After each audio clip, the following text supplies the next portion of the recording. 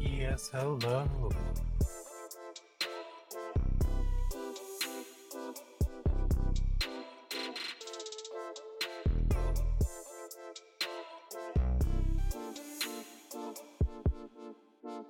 Okay.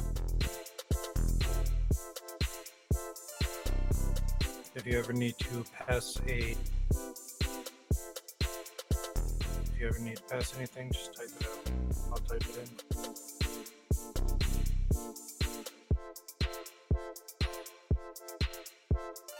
All right, so Does it sound good to you? we're going Or live do you now. want me to- Was that? You need me to go louder? I turned you up. It'd be even now. Yeah. No, I'm just trying to figure out if quality-wise and everything. Yeah, it sounds good. All right, so hey guys, Rob here, and Jin Frost is in the voice call. Josh is currently in Florida, and I'm horrible at planning, so our current guest is probably doing something important with his life, as opposed to me. But anyways, we're gonna continue on with the show. We have a couple topics to talk about today, and continue on with the show, even though Josh is on vacation. So first topic is about AMD. Sure, you probably knew about this before me, Tim. Yep. The Threadripper, or their newest, their up and coming enthusiast or high end desktop platform CPU. I'm excited for this. I don't know, you're probably more excited for this because you're an AMD fanboy. Yeah, it's very true. I do use a lot of AMD, and although I am very hyped on it, I'm not sure how well it's going to actually stack up in the long run. This is true. I mean, 16 cores, 32 threads. That's almost on par with a server CPU. Yep. And does AMD have server CPUs? Yes, actually, good some of motherboards actually will support a lot of server CPUs. So a lot of times it doesn't have to be specific to be actually a server grade anything on the motherboard. And at the same time, a lot of their AMD chipsets aren't really specific to certain motherboards. So a lot of times you can just glass over a couple areas here and there with sometimes that. And that's where this is very, very sketchy for me. Yeah. I mean, I'm ready for an enthusiast GPU or CPU, and I think that Ryzen. My hope is like the rumors of this is going to perform on par with the X SKU Intel CPUs that are $1,000, and if that's true, is AMD going to undercut those prices just as they've done every other price out there? Well, I mean, talking about it like, comparatively against a lot of what Intel has been doing with a lot of their chipsets, like the Skylake X CPUs are pretty much featuring up to 12 cores. Right Oh now, yeah. that's blowing it out of the water at 16 cores and 32 threads. And yep. I'm excited for it just because the price of it and the fact that this is going to open up for these CPUs to actually do something and start actually being less of a gaming platform and more of that mixed gaming and media creation platform, because that was the thing that kept turning me away from AMD. Was AMD performs great on gaming specs, but when you start trying to do video production and streaming, they fall behind.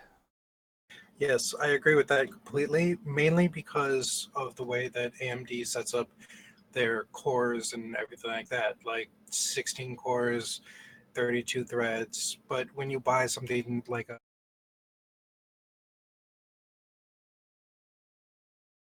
Yeah.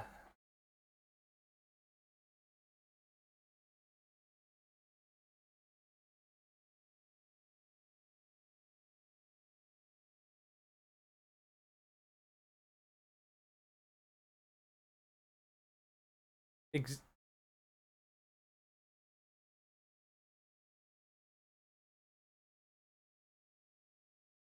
I completely agree. I think that might be, one of those other things.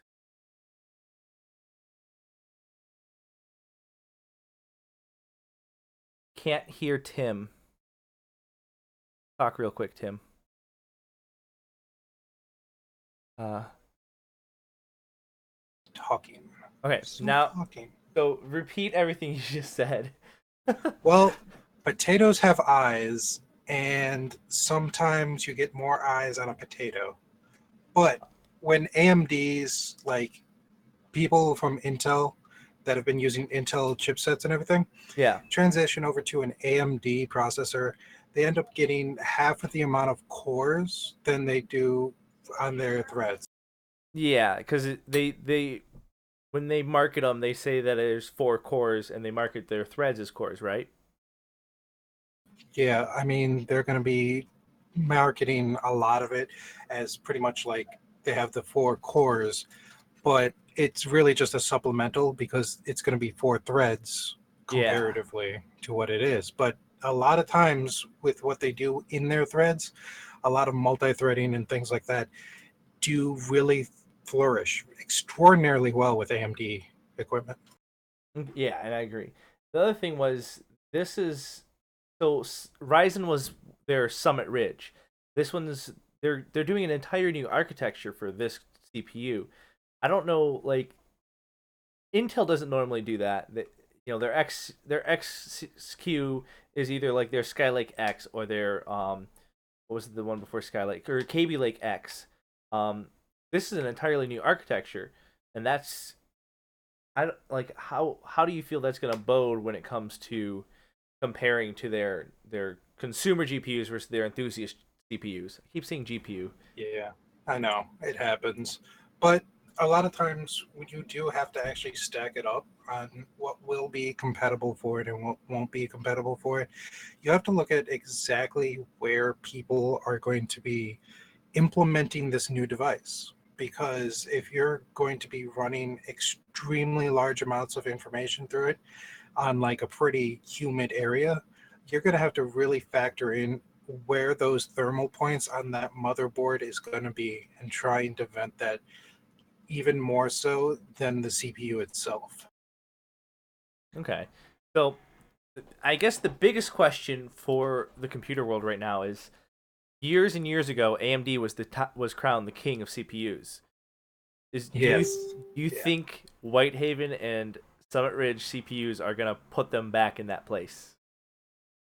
Um, I feel like although you do say that, they have fallen quite a bit from what they used to be, popularity and everything wise, but I would definitely have to say that their threads have been exponential since back in those days. So they've kind of been a little lacking on the CPU themselves for how many cores, what they can do on it. But the threads is where it's been at very hardcore with AMD. And popping out this new enthusiast, I'm really hoping that they'll be able to implement these threads in a better and more secure way to actually boost it back up to the top and king. Okay, I'm excited. Um, we're gonna take a break from the topics real quick, and we're gonna talk about the upcoming releases for games. There's actually a lot of them. I didn't realize this. Most of them coming out tomorrow. So starting with PS4, we have Portal Knights, Chrome Squad, Shadow Warrior 2, Skylar and Plux: The Adventures on Clover Island, and Samurai Warriors: Spirits of Sonata. These are all coming out on PS4 either Friday or next week. So, upcoming games is that's gonna be what you're looking forward to. The Switch actually has some new titles coming out, which actually makes it exciting because you know that's that's something new. Like we have one Yeah, coming out it's very tomorrow, nice. Thumper. Oh god, Yeah. Oh man, so that's Thumper going to be an looks interesting one. that looks like it's gonna be good. And Disigi 5 Complete, so another Disigi title. I'm excited for that because that's not gonna be on PlayStation. That's gonna be on PlayStation 4 as well, right? That's a Square I Enix. believe so. Either Square Enix or NIS. Remember, um, Xbox One has the Watch Dogs 2 No Compromise coming out. I believe that's a DLC. Mayan Death Robots Arena, Don't Starve Mega Pack DLC, Portal Knights, and Unit 4. PC has Regalia of Men and Monarchs, Mages of Mysteria, Reservoir Dogs Bloody Days. That one I'm actually excited for. Willy Nilly Night and Old Man's Journey. So, and then games that came out. I know the Switch head one came out. It was called Tumble Seeds. Came out the second. Yep. NBA Playgrounds came out. That looks like an NBA game I'd actually play. The Minecraft Switch edition. I don't know why, but that just seems funny to me. Yeah, I'm not sold on the Xbox Live edition, and I hated the Windows 10 edition after playing the PC version for so many years, of course. Yeah. This is G5 Complete. Games that came out on PS4. Farpoint's out today. It's going to be an exciting game. That's a Sony Interactive title that is about space. Oh, yeah. Injustice 2 came out yesterday. Yep. Akiba's Beat, which yep. Metacritic That'll score, be an interesting one. It will be, because I thought that looked really good. It was an Xseeds game, and it has a Metacritic score of 59. Yeah. Which is outstanding on that. The Surge came out the 16th. So that's one that came out on Steam too that I think that's a pretty big title. I don't know what it's about. But let me see. Let's pull it up on Steam real quick. Because that was like, I don't remember. There's a lot of 3DS releases that have just recently come out as well, as Fire Emblem Echoes, Shadows of Valentina.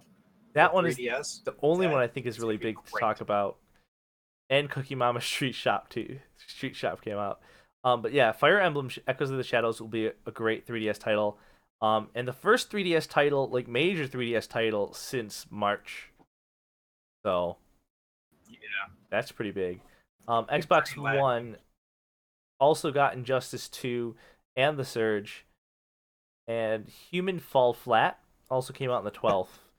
That looks like I think as like a puzzle platformer, I think that'll be an interesting one. That's definitely what I'd like to play. Are you sure that one actually released this year and not last year? May 12th, 2017. That's weird. On Xbox One. It might have released last year on PC. Yeah, I think it's just a re-release with a different system. Oh yeah, and NBA Playgrounds is also released on the PC, PlayStation 4, and Xbox One. So. Yep. But the fact that it's on the Switch, that's pretty exciting that it's on Switch. Oh, yeah. What is the Surge? That is true. Oh, Surge? Yeah. Catastrophic event knocked you out during the first day on the job. You wake up equipped with heavy-grade exoskeleton and a destroyed section of the complex. It plays gone haywire. Very well. So you're basically like... It sounds like you're playing against the robots. Like man versus machine, right? Pretty much. But the only thing is that there are humans also fighting against you for, kind of being like, oh, hey, our machine overlords. We kind of want to save them. They gave us a purpose. So is it like a... It's a good game. Is it an action RPG then? Oh, yes. It's definitely an action RPG. It has a lot of RPG elements with items being generated and everything like that, so that you can keep upgrading what kind of weapons you use, which styles that you want to use and implement, and how you want to continue playing throughout the game. Okay, so that might be an exciting one. Nothing new with Games with Gold. It's still Lara Croft on the Temple of Osiris. Gianna Sisters Twisted Dreams Director's Cut, which I actually saw gameplay of. I highly suggest getting it. It's like a puzzle platformer. It looks really fun. And then Star Wars: The Complete Saga. Lego Star Wars, sorry. Lego Star Wars: The Complete Saga, which you can get. That one, I think, just because May the 4th came out. It literally was available it's available yesterday that you could get it free with gold. So I don't really know. I would have if I was Microsoft, I would have pushed that out on the 4th instead of 15th. Just saying there. Any noteworthy releases that you've heard of this so far, Tim? Definitely a couple noteworthy releases, much like Ukulele, and Yeah, you could. obviously big name title Mass Effect Andromeda. I mean, it's had some backfire itself, but overall, it's been playing pretty well. You know what's one I would like to mention. This came out a year ago, but it just went on sale on Steam. Earthlock Festival of Magic. It was a turn on the JRPG. So I think that's one Yeah. worth noting. It's a game I might actually buy now that it's $10. Oh yeah, So it's definitely a $10 game. I would not pay too much more for well, that, but it's normally still, $30. yeah. So like No, 30. There's a couple of the JRPGs that I want that are like $30, $20, and I'm like, I just can't pull the trigger on that. a lot of JRPGs I find have about like somewhere between like $10 and $20 in content, but you're not gonna know that until you take the plunge and buy it. A lot of times. Exactly. I mean, we got summer sale coming up, Steam sale. So, Yep. um, so another game I want to talk about that wasn't in the list I sent you is called BattleTech. Yeah. So I'm assuming that this is going to be talked about at E3, and that's why there has been less information on it. But um, Paradox and Harebrained Schemes team up for BattleTech. This is the chopper is back. Welcome back again Yep. to the chopper. Cool. Okay, Jaime's just calling in now. Yep. BattleTech has been actually surprisingly going to be released with, in my opinion, ecstatic reviews when it does come out. Because although it's turn-based strategy, it's still on a grand scale. All ended. Okay, that didn't work. We're getting our special guest in. Um, Try to get his media in. I probably have to do game capture, don't I? More than likely. It won't let me If game it's, capture. It's a is Facebook it's, window. you're gonna have to window capture that then. Capture didn't let me do it before.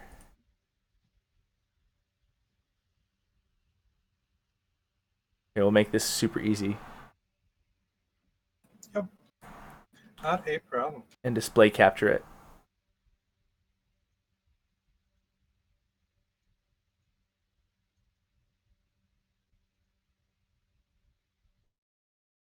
All right.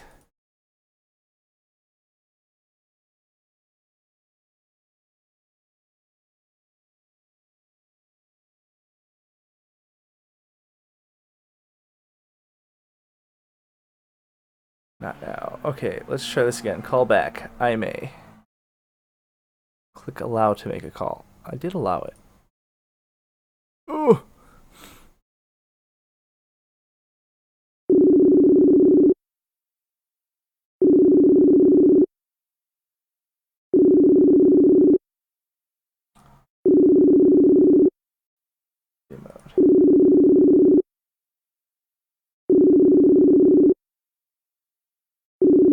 I'd like to get him in here. Hey, I may. Can you hear me? Let's see. Settings. Microphone. Default. Yeah. Desktop. Save. So. I may should be able to hear me.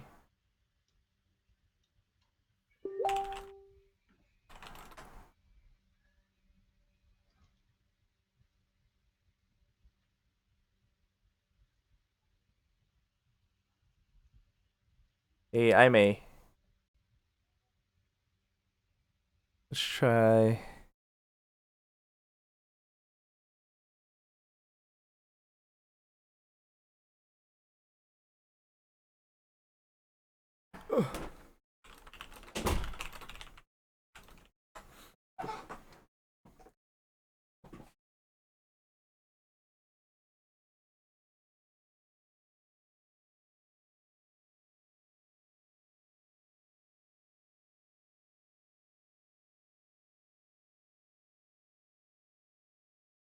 All right, so yeah, back to BattleTech while we're waiting for Jaime to get in. Um,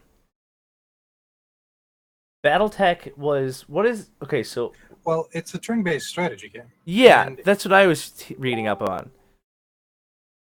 yeah, it's actually going to be surprisingly good in my opinion, mainly because it's an upcoming, turn-based strategy game. It's got a lot of, ground roots being a model-based game, Yeah. so it's going to turn into a single-player video game, which is not, in my opinion, the best move that they could have made with it. Well, because they already have Warhammer 40, Warhammer, right? Um, I don't believe Paradox does that. Well, no, but like as a I model mean, game, Hairbrained. as like a What model about that? game, like Warhammer 40,000 was turn-based strategy model game. They ported it to a video game, um, and they're doing the same thing with this. This is basically what I'm trying Kind to of. figure out.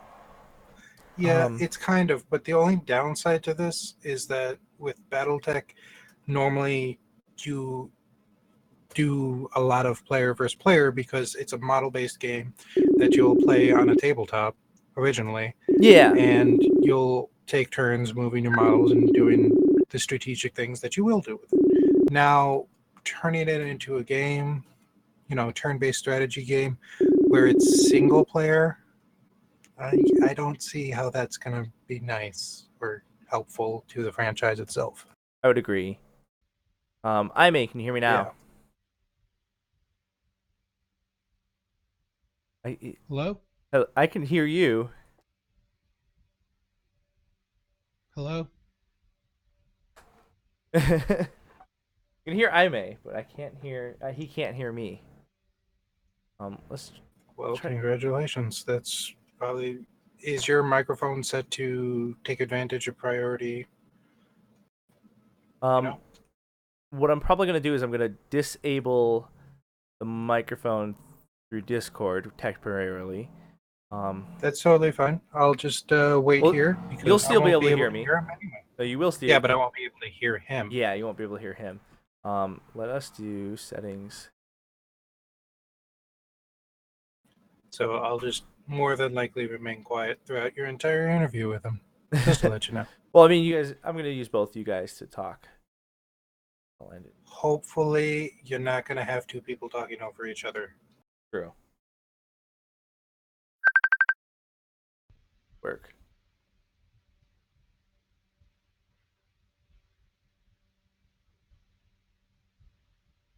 Why doesn't he just get into this channel?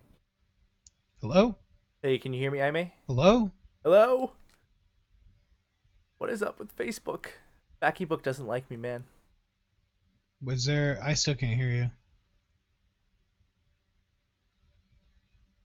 I don't see video either. I like this. I could just see your picture. I mean, I don't see any picture either. It's just all black. Okay, so we can hear Ime, but he can't hear us. Let me do the invite real quick.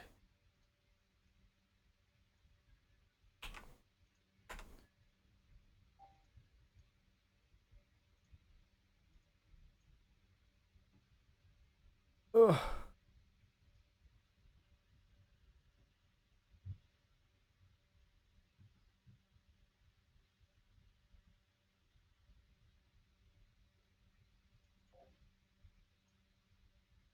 It says I'm suppressed. Cool, he's actually in. Okay. All right, you should be good to talk. He's not unmuted yet. He's not. I did the unserver mute.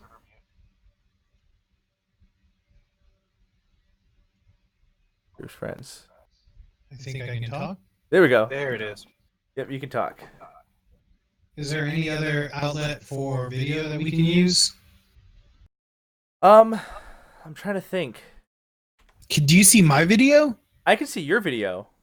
Yeah, I don't see anything on your end. Yeah, because my webcam is being taken up by OBS. Oh, yeah. That makes sense. I'm just gotta figure out how to mute. I have an idea. What is your idea? Skype call, image window capture, multiple image window capture on window, and section off the images. I don't have Skype. Sadness. Yeah, Sad. I absolutely hate Skype. Well, how about you just, I mean, hopefully there's not much of a lag or delay, but you can't just, if you could see my video, why don't you just video call me and we use Discord for audio? That works. I just got to figure out how to mute your audio. You could, you might not be able to hear me since I'm using the audio on Discord. Ah, maybe. Yeah, because Maybe the that's why you microphone can- probably got, picked up projectively. Let's try that. Can you hear me in both places? Yes. Oh, well, Can you just mute him in the Facebook? Right click. hold on. I think I can mute myself. Yeah, you should be able to. Just hit mute microphone. Check, check. Oh, I'm still picking that up. Check, check. Nope, I can't. There's not a little thing at the bottom that says mute microphone. There's, oh, mute your microphone. There we go. Okay, cool. Check, check. Chickadee, Perfect. check, check. Yep, now you're only in one spot. Cool. Okay. How's the delay though? There's like no delay. Oh, sweet. Like you That's speak, fantastic. and you can see it. Okay, so we've gotten through one topic so far, and that was Okay. AMD's new Threadripper release, Okay. and like thoughts on that, and what, because Tim over here is a huge fanboy of AMD. That is true. Gross. So I know, right? It's so bad. I just live in trash cans. this is like perfect because I'm agnostic. I don't care either way. I went to Intel because it was better for video production. So I am that type of person that has to pick a side for everything. Like for cameras, I'm Canon, Team Canon, because it was the first thing that fell in my lap. yeah, With computers, it's Intel because, like I said, it's the first thing that landed on my lap. So I'm usually the type of person that once they get something, like they're only about that thing. Nice. Yeah. So that's why I'm about Intel. So yeah, I mean, okay. So the next topic we have set up is Player Unknown's Battleground, or not Player Unknown's, but E3 in general. Ooh. E3 is coming up, so we can expect an update from Battlegrounds. Xbox updates, probably Project Scorpio information.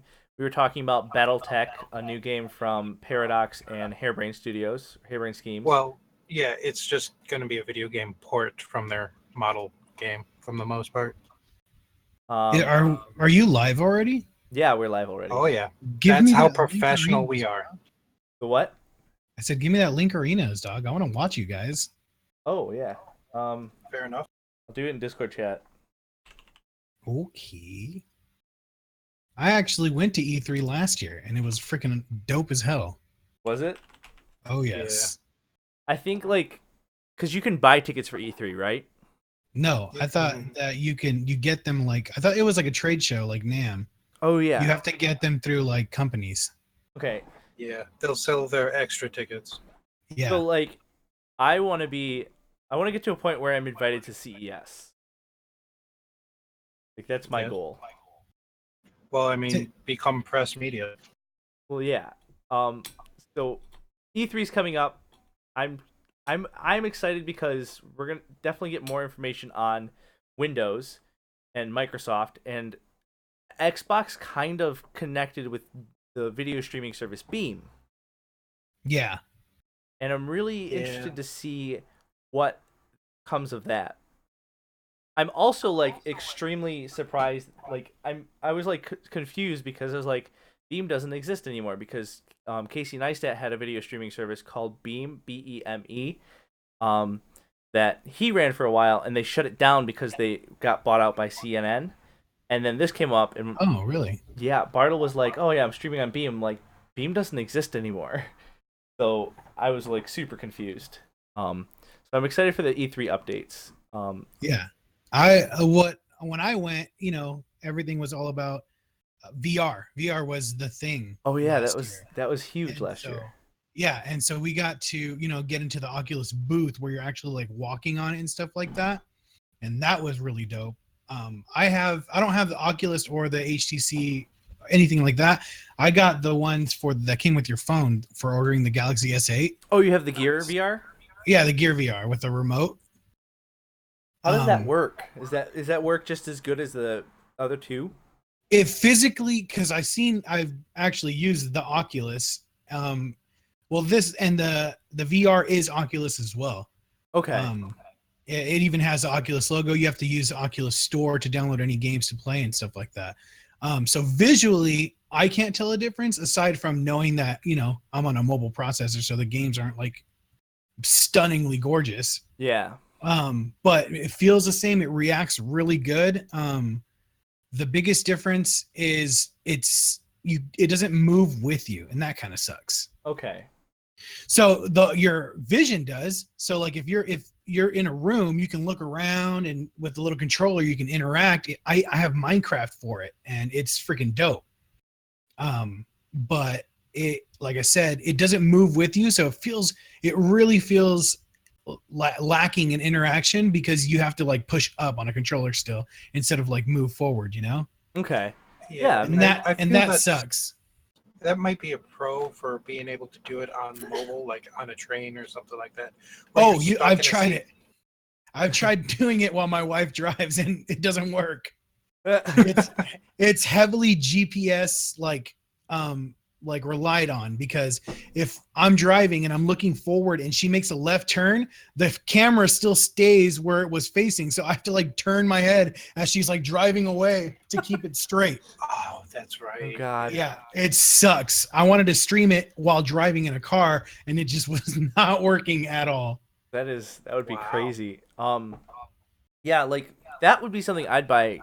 The only thing I want to use VR for is, instead of doing the surround display setup, have a VR headset and do racing games. So like you have a racing chair and do that. So yeah, that would work beautifully. That and space games. Oh, like yeah. If you're on a ship or something, Elite and you're just Dangerous cruising through sky. Yeah, like Elite Dangerous. Like it comes with stock with like a space game, and it's ridiculously fun. Super fun. Race car games are fun. Games that are supposed to be that are meant and designed to be a little bit more immersive, like walkthrough, playthrough games. Like those, I aren't that fun. Shooting games are kind of fun, but again, it just feels lacking when you want to move forward and you're stuck in one position. Okay. Yeah. But like having a zombie come up to your face and you blasting it just still looks awesome in VR. Must be very satisfying as well. It is very, very much so. Especially if you have like a headset with it and everything. It's pretty cool. Yeah, and our next topic is Intel's Core i9. Ooh, yes. I'm excited. So we have Threadripper coming out, and we have a new Core series processor coming out from Intel. So I don't think they're releasing consumer ones. The only ones I saw was the Core i9 XQ. So we're gonna get like the KB Lake X, and they're releasing a Skylake X in the i9. With that, I heard that it's going to be a tie-in. It's a bridge between the i series and Xeons. Okay. Because as we know, Xeon processors are amazing and don't even compare to like the i7s at all when it comes to rendering like 3D effects. And I'm not talking about just simple like a bullet or just cruising through. I'm talking about like straight up CGIing the Hulk and stuff like that kind of stuff. Xeon processors still destroy when it comes to that kind of stuff. Those workstation really server CPUs. Exactly. And with that, I think they created this i9, which is they're planning to be a more consumer grade kind of version of that, because we're growing technologically as just people in general. More people these days just buy DSLRs. More people this day have more higher end equipment for anything they do. They don't even have to be professional at it. I mean, like, look at the mics we have. Like, I mean, we wouldn't say we're professional musicians or really anything like that, but look at the gear we have just to do what we like to do. Just casual stuff. Exactly. I mean, people are getting, the i7 is almost standard in most people's houses. And so, I mean, it's just, I think Intel is realizing people are buying more higher end stuff, so they need higher end.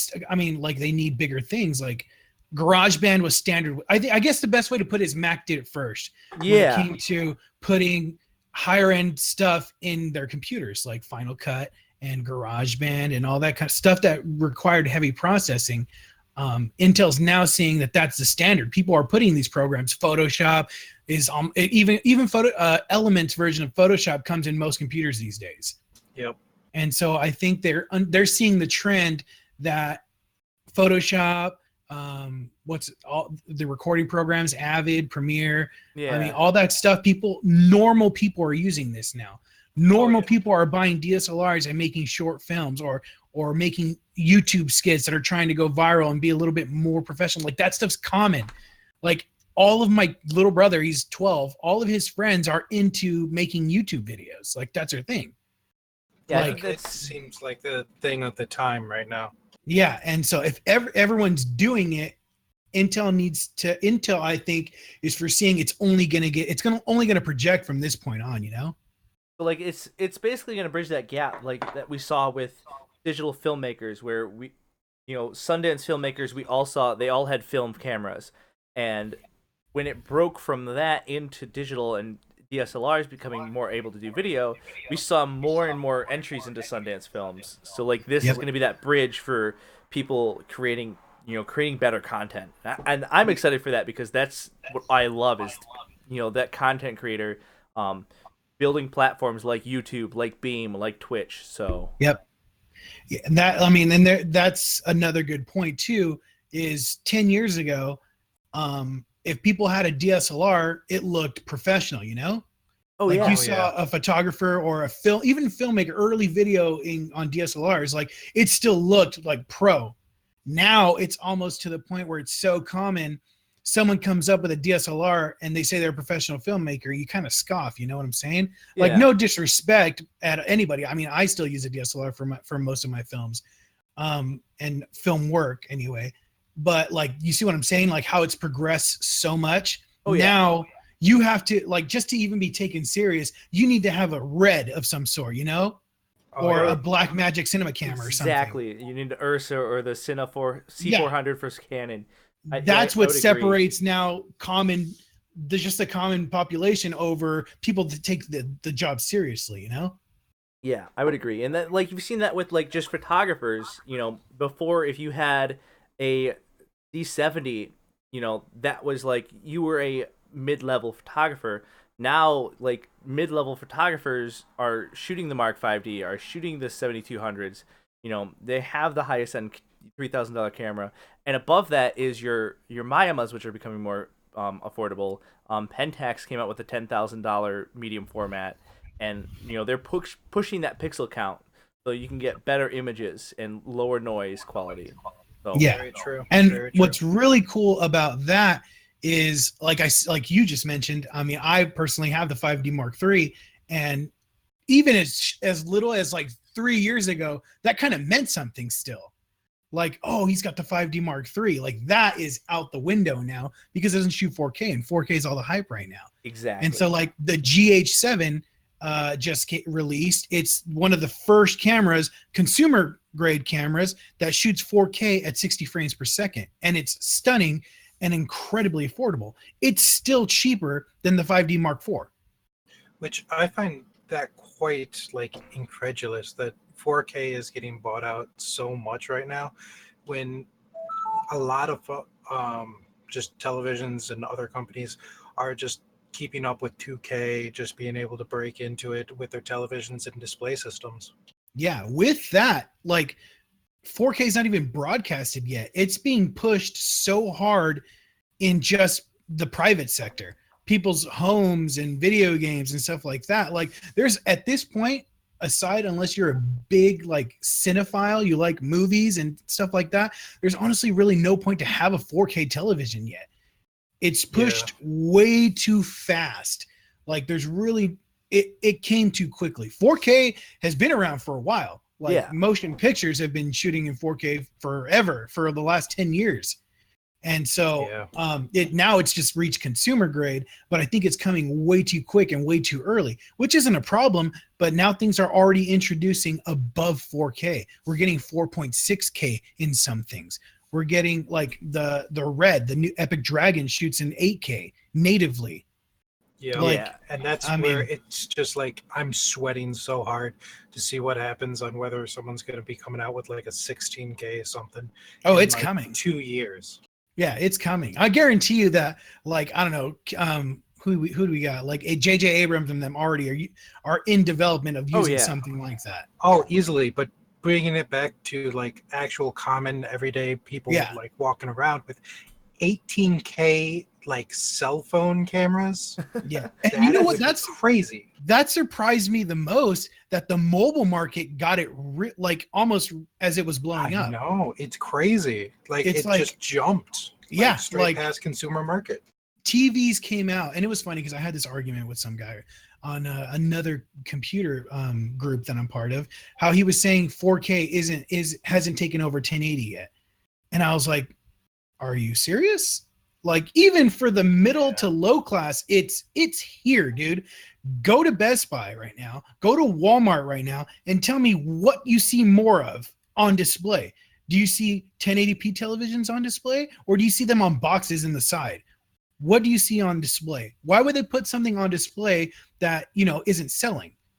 Yeah, and it seems like it would be not only that, but I kind of might agree with him a little, just on the point of people are buying up and picking up like 2K televisions and things like that.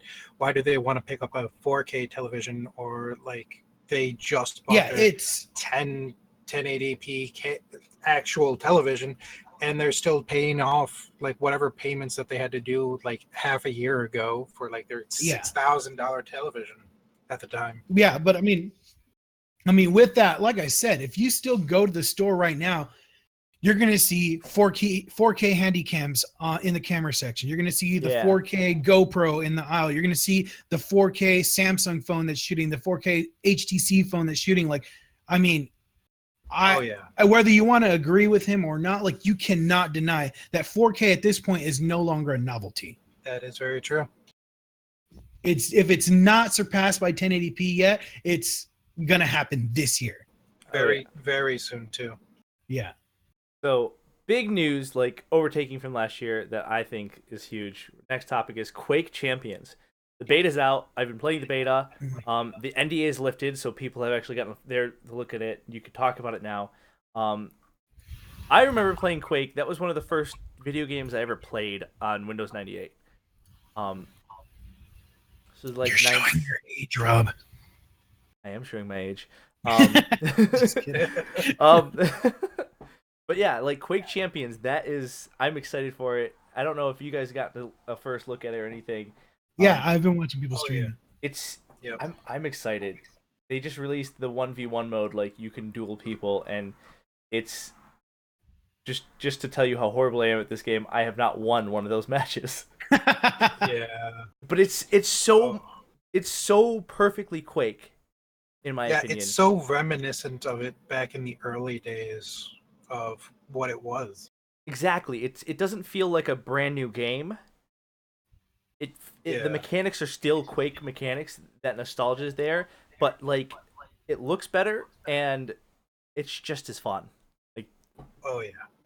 it's like playing Unreal Tournament again and just having better graphics and Yep. being able to get like 500 frames out of it if you're really good. So, I'll be completely honest with you. I've never played a Quake game. oh wow. Wow. I've watched the hell out of it, and I want to get my hands on a beta code. Is it open beta? It's closed beta right now. Close beta. Yeah. Yeah. Yeah. When it gets to open, I'm definitely be playing the crap out of it. But yeah, I have never played a Quake game before. They're fun. It was like It looks fun. when it came to shooters, like if you ever played Doom, you just run around and shoot things, and like Yeah. there's you turn and like the mechanics of that game are you're shooting something, but like you want to flank. So like you're shooting at a guy and you just keep trying to move to the side to hit his side so he can't fire at you. And if you're good enough and have a fast enough mouse, you can do that. And that's something I've never been able to do with CS:GO or Call of Duty, Yeah. is like try to flank somebody.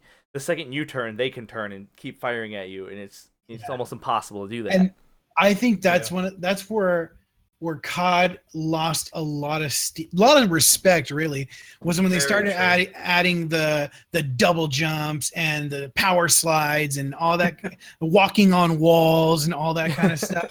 Yeah, like that's where it just got stupid. People are just ridiculous now. I'm like, really? This dude just walked on walls? What the it just doesn't. Yeah. But just people like walking on water, and it's crazy in some of those games where it's just like, all right, so I see that you are now a very, very small god at this game. Seriously. I'm going to resign and never play this game again. Yeah. And okay, of all things, everything in COD got way OP, but they dialed back the melee. Remember back in the Black Ops times where you can just run up someone and knife them and they died? Yep. It was almost a point where whoever clicked on the joystick first won, running to them. And now it doesn't do that anymore. But I can power slide, walk on walls, and snipe you from a million miles away. Yeah, which is very frustrating. Oh yeah. I mean, I haven't bought the last 3 COD games because ever since they started doing all that double jumps, and that's, you know what, I'm about to say something pretty blasphemous. That's part of the reason why I didn't like Halo either, was because of the double jumping and all that stuff. It was you spent most of the time trying to get the pattern of shooting up and down, up and down, up and down, because everyone would double jump all the time. Yeah, that is understandable, because a lot of that double jumping was pretty, I don't know, OP to say the least, that you can change your direction mid-flight for no reason. Yeah, and to me, I was just used to standard COD the whole time. And so I was just like, oh, what the heck? This dude just jumped over me. What the hell? Yeah. Yeah, I mean, I would agree. It's it's become a novelty to play Call of Duty.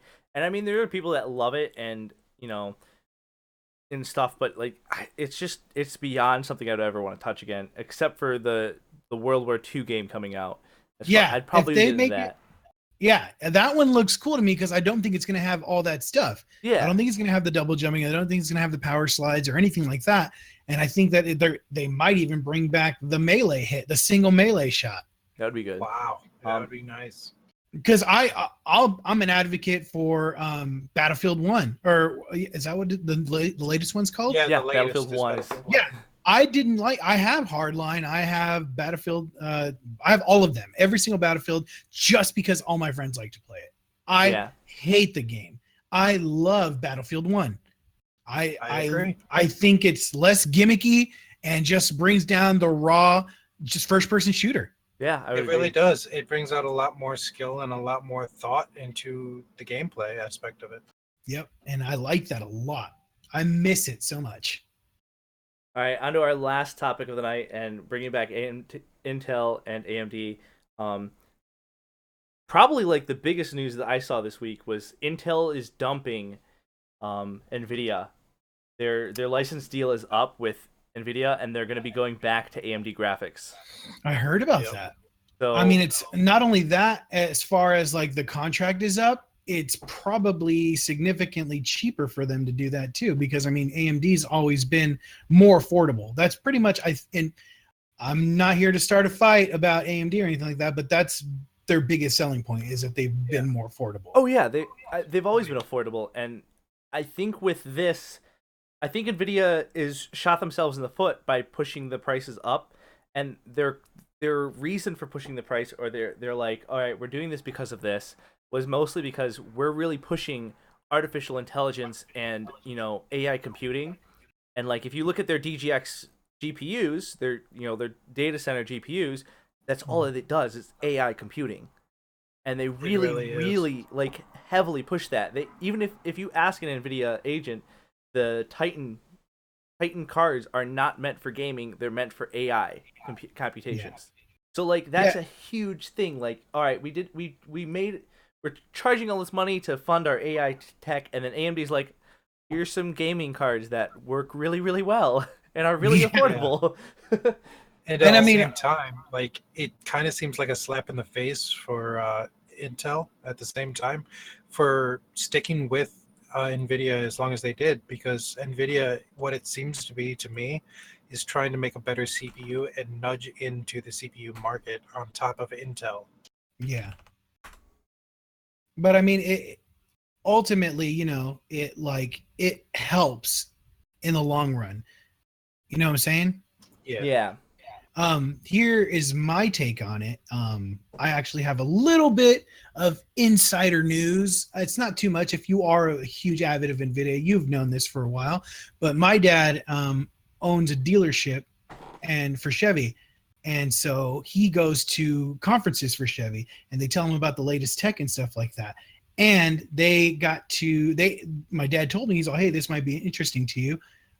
They had an Nvidia panel at the Chevy thing he went to. And so they're talking about self-drivable cars. And that's what I think Nvidia is really pushing towards, which I think is okay. I'm totally kind of okay with Nvidia going to bigger markets because I think that'll drag the price down for consumer grade stuff.